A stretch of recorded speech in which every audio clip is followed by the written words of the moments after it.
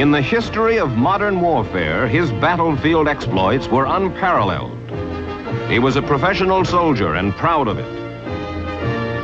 "There is only one thing I am interested in," he declared, "and that is war."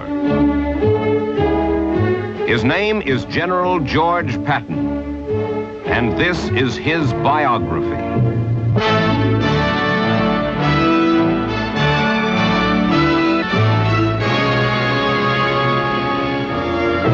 "All my life," he said, "I have wanted to lead a lot of men in a desperate battle.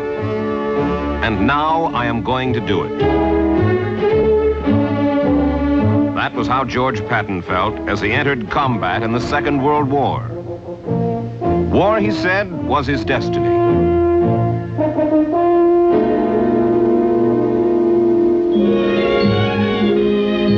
George Patton Jr. is born in 1885 in San Gabriel, California, the son of a wealthy businessman. He grows up with just one ambition, to be a soldier. As a boy, he even calls himself Lieutenant General George S. Patton, Jr. And young George is encouraged by his father. Patton attends the Virginia Military Institute. And then in 1904, he goes to West Point. A fellow cadet calls Patton a purebred gamecock with brains.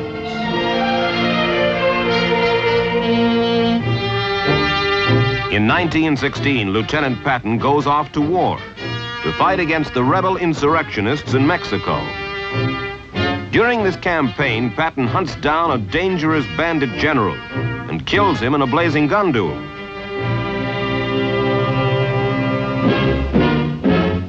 World War I is an even greater adventure for George Patton. Arriving with the first American troops, Patton says, "I hope the war lasts long enough for us to try our hand." Patton becomes the Army's first tank commander. With its armor and firepower, the tank is a weapon of attack. This kind of combat appeals to George Patton. In graphic letters to his young wife back home, Patton describes the carnage he sees, his being wounded, even his narrow escapes from death. More than most men, Patton is profoundly moved, even exhilarated by the dangers and heroism of war. The battlefield, he comes to believe, is his natural environment. After the war, Patton, now a colonel, attends the tank school at Fort Meade in Maryland. There he meets another officer, Major Dwight Eisenhower, and they begin what turns out to be a long and unusual friendship. As the years pass, Patton studies the potential of tank warfare. He is certain that someday, in the event of another war, the tank will emerge as a major weapon. Adolf Hitler demonstrates the power of the tank at the beginning of the Second World War. His mechanized panzer divisions soon sweep across Europe. When the United States is drawn into the war in Europe and in the Pacific, career officers like George Patton are called upon to lead the American armies. November 1942. General Patton goes into combat. He commands a huge force which will invade North Africa. He tells his troops, "You must succeed, for to retreat is as cowardly as it is fatal. Americans do not surrender. God is with us."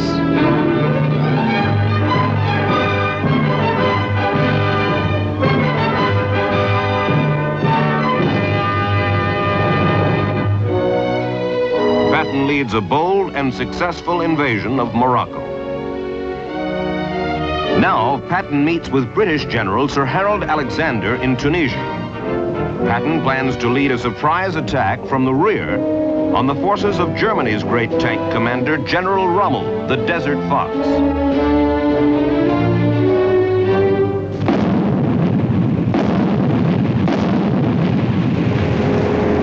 Caught in a trap laid by Patton in the Tunisian desert, Rommel's 10th Panzer Division is smashed.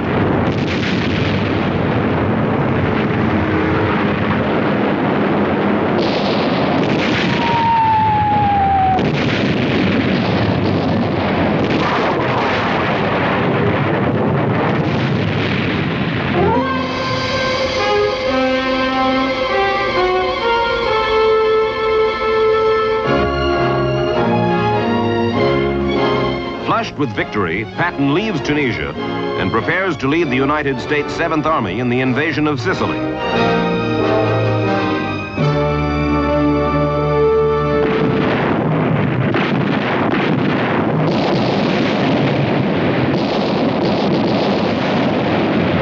Battle, he tells his men, is the most magnificent competition in which a human being can indulge. Patton comes ashore at Sicily to lead his 7th Army. He takes great pride in being a front-line general. The push through Sicily begins.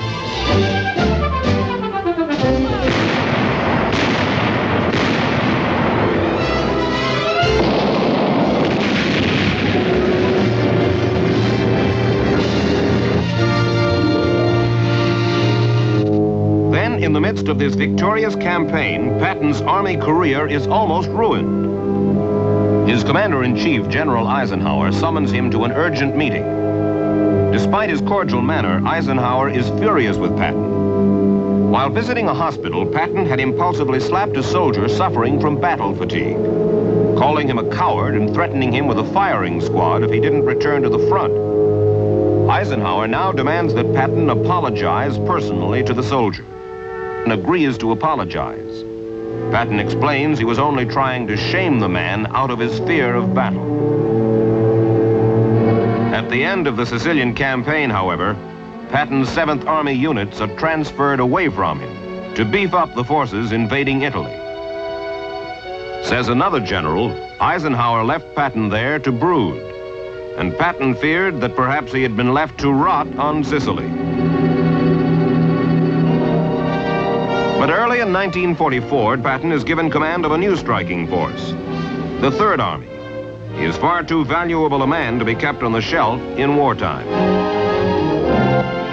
Patton is ordered to stage conspicuous maneuvers in Britain to fool German intelligence, to make them think that he will lead an invasion of France. Meanwhile, in another part of the island, the real invasion force is secretly preparing for D-Day. During this time, Patton makes a brief speech which again nearly wrecks his career.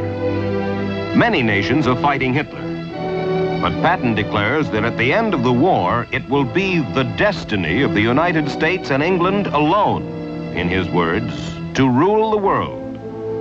His off-the-cuff remark is widely reported and criticized by the press. This is the second time that Patton has embarrassed the Army. He seems to be geared only for warfare. When he enters the realm of international politics, he frequently stumbles. This time, General Eisenhower says privately, "I am just about fed up. If I have to apologize for George once more, I'm going to have to let him go, valuable as he is. Life's much too short to put up with any more of it." General Patton arrives in France. Patton has a tense conference with his commanding officer, General Omar Bradley. Patton says, "Brad, you've got to get me into this fight before the war is over. I'm in the doghouse now," he says, "and I'm apt to die there unless I pull something spectacular to get me out." Patton gets his chance. General Patton goes into battle now with a vengeance. He is fighting not only against the enemy, he is fighting for his own reputation. He is fighting for the military career, which is his whole life.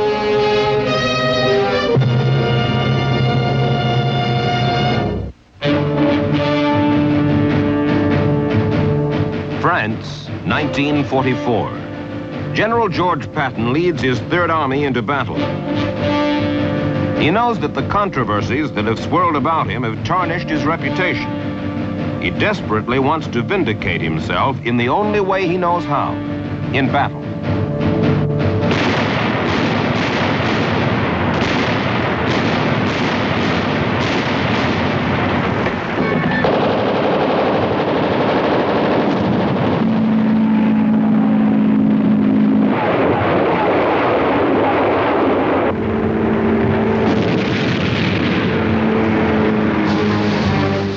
The lives of his men, Patton's major strategy is the attack. The more Germans we kill, the fewer of our own men will be killed, he says. Patton's hatred for the enemy is matched only by his fierce concern for his men.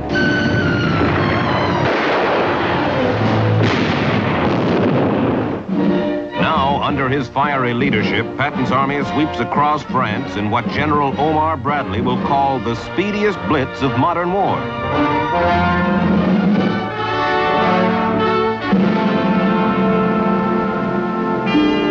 Patton tells his troops, men like to fight. They always have and they always will, and if they don't, they're not real men. Awarding medals, says Patton, is the greatest thing we have for building a fighting heart. It makes the men who have not received them jealous and determined to get some. The one honor which is mine, he tells them, is that of having commanded such an incomparable group of Americans. Patton has little regard for leaders like the British General Bernard Montgomery. Montgomery is cautious, calculating. He once advises that Patton fall back for reinforcements. Patton writes in his diary, "This is disgusting. If ordered to fall back, I think I will ask to be relieved." During his advance, Patton receives an order to bypass a small city because it would take too many troops to capture it. Patton replies, "Have already taken city. Do you want me to give it back?" Caravans of supply trucks, the famed Red Ball Express, barrel across France. Many of the trucks carry ammunition and precious fuel for Patton's advancing tanks. But Allied supplies are dwindling all along the front. And finally, even the Red Ball Express runs dry. Patton's surging army must stop dead in its tracks, unable to follow and finish off the retreating Germans. Eager to fight, Patton is bitter. He mistakenly feels that supplies have been channeled off to other armies, other Allied generals. "I am under wraps from the high command," he complains. "Perhaps I am too impetuous." But he is sure that if given supplies, he can push into Germany within 2 days. Patton meets with Eisenhower and Bradley. They promise him fresh supplies for a winter offensive. That is all Patton needs to know.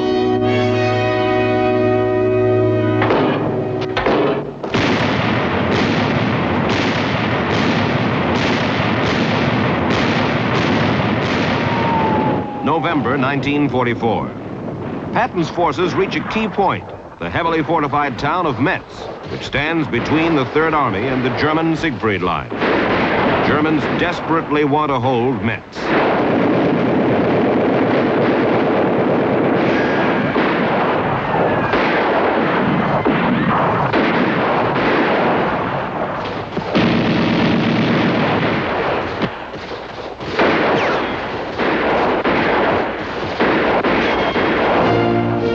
Finally, Metz is captured.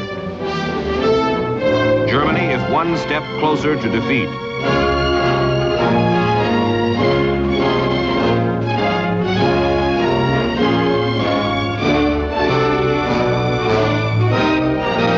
But as Patton's army pushes on, elsewhere on the front, a crisis develops.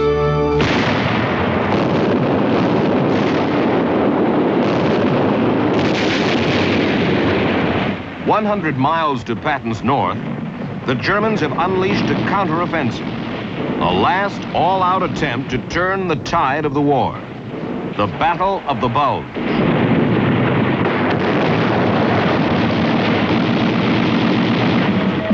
In the dead of winter, Patton races to the north, to the Bulge. General Eisenhower asks if Patton can make it in 3 days. Patton makes it in 2. But soon, bad weather hampers the Allied armies, prevents them from scoring a decisive victory. Frequently writes poetry about war, now writes a prayer. He has it distributed on printed cards to his men so that they can join him. "Almighty and most merciful Father," says Patton, "we humbly beseech thee to grant us fair weather for battle." Christmas Day, 1944. A break in the weather. The Allied Air Force once again can pound away at the enemy.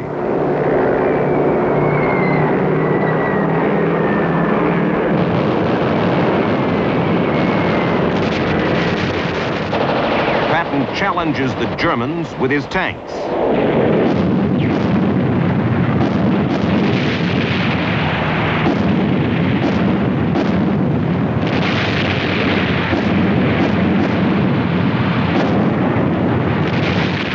With Patton's help, the German counteroffensive is smashed. Hitler's armies are crumbling.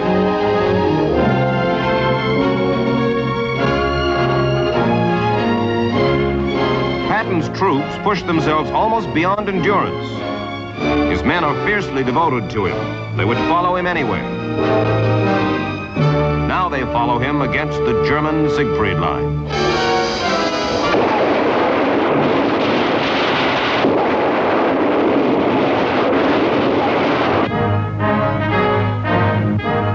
As Patton says, this monument to the stupidity of man cracked easily. In his headlong rush across France and Germany, Patton's Third Army captures nearly 1 million enemy soldiers.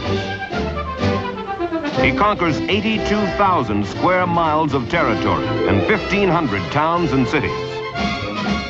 It is one of the greatest achievements in the history of modern warfare. General George Patton has wanted a chance to do something spectacular, and he has done just that. German concentration camps are overrun by the Allied armies in the last days of the war. Patton could always accept the death of soldiers in battle, but this kind of horror sickens him. On May 8th, 1945, the war in Europe is over. George Patton is now a 4-star general. He writes to his wife, "Peace is going to be hell on me. I will probably be a great nuisance."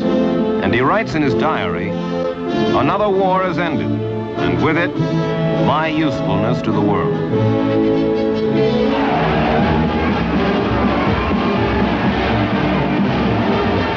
General George S. Patton, Jr., now an almost legendary figure, returns home to a hero's welcome.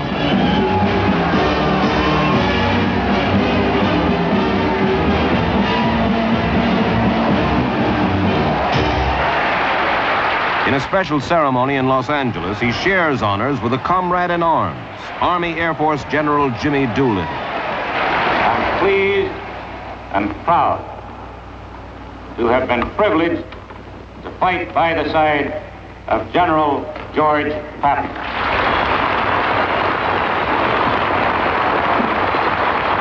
Your Honor, the Mayor, General Doolittle, soldiers, ladies and gentlemen, coming over here, there was a very great lesson. The first 4 hours, we passed over a destroyed land, utterly destroyed. You who have not seen it do not know what hell looks like from the top. That's what Germany looks like. Then we passed over a lot of ocean. Unfortunately, there were no Germans to kill in the ocean, so we couldn't tell what it would look like when the Navy works on it. But we know from experience that when the Navy works on things, the things are damn well worked over. You must remember this, that from Brest to various towns in southern Germany and Austria, whose names I can't pronounce, but whose places I have removed.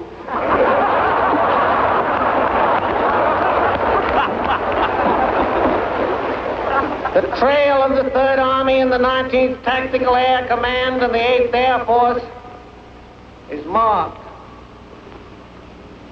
by more than 40,000 white crosses, 40,000 dead Americans. The Allies have paid a tragic price for victory. But Patton says, "Let me not mourn for the men who have died fighting, but rather let me be glad that such heroes have lived." Patton returns to Germany to help supervise the Army of Occupation. But now he also has time for brief intervals of relaxation. Another storm, however, is about to break over his head. He has suggested to other officers that the Soviet Union is a growing menace, that the United States should go to war with the Russians immediately, before they get too strong. Patton has even volunteered to start the war with what he calls military incidents. Then Patton makes a final error. To help restore public works projects in Germany, he hires civilians, some of them ex-Nazis. Unthinkingly, he compares current hostility toward the Nazis to a Democratic-Republican election fight. Now General Eisenhower can no longer protect his old friend. He realizes that Patton has no love for Nazis, that he had simply made a rash and impulsive remark. But too much harm has been done. Eisenhower relieves Patton from command of his beloved Third Army. Patton's close friends say that this embitters the old warrior. His name is under a cloud, and he faces an uncertain future. Suddenly, tragically, George Patton is dead. He had gone hunting in Germany. His Jeep crashed, and Patton was fatally injured. He is given a hero's funeral. Patton had been a violent man. Violent in emotion, in speech, in action. But this was part of his greatness as a combat commander, as a leader of men.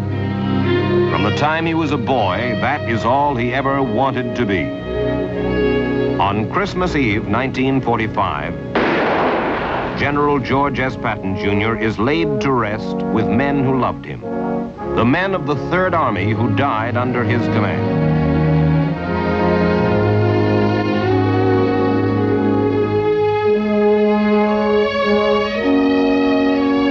A statue now stands at West Point in tribute to George Patton.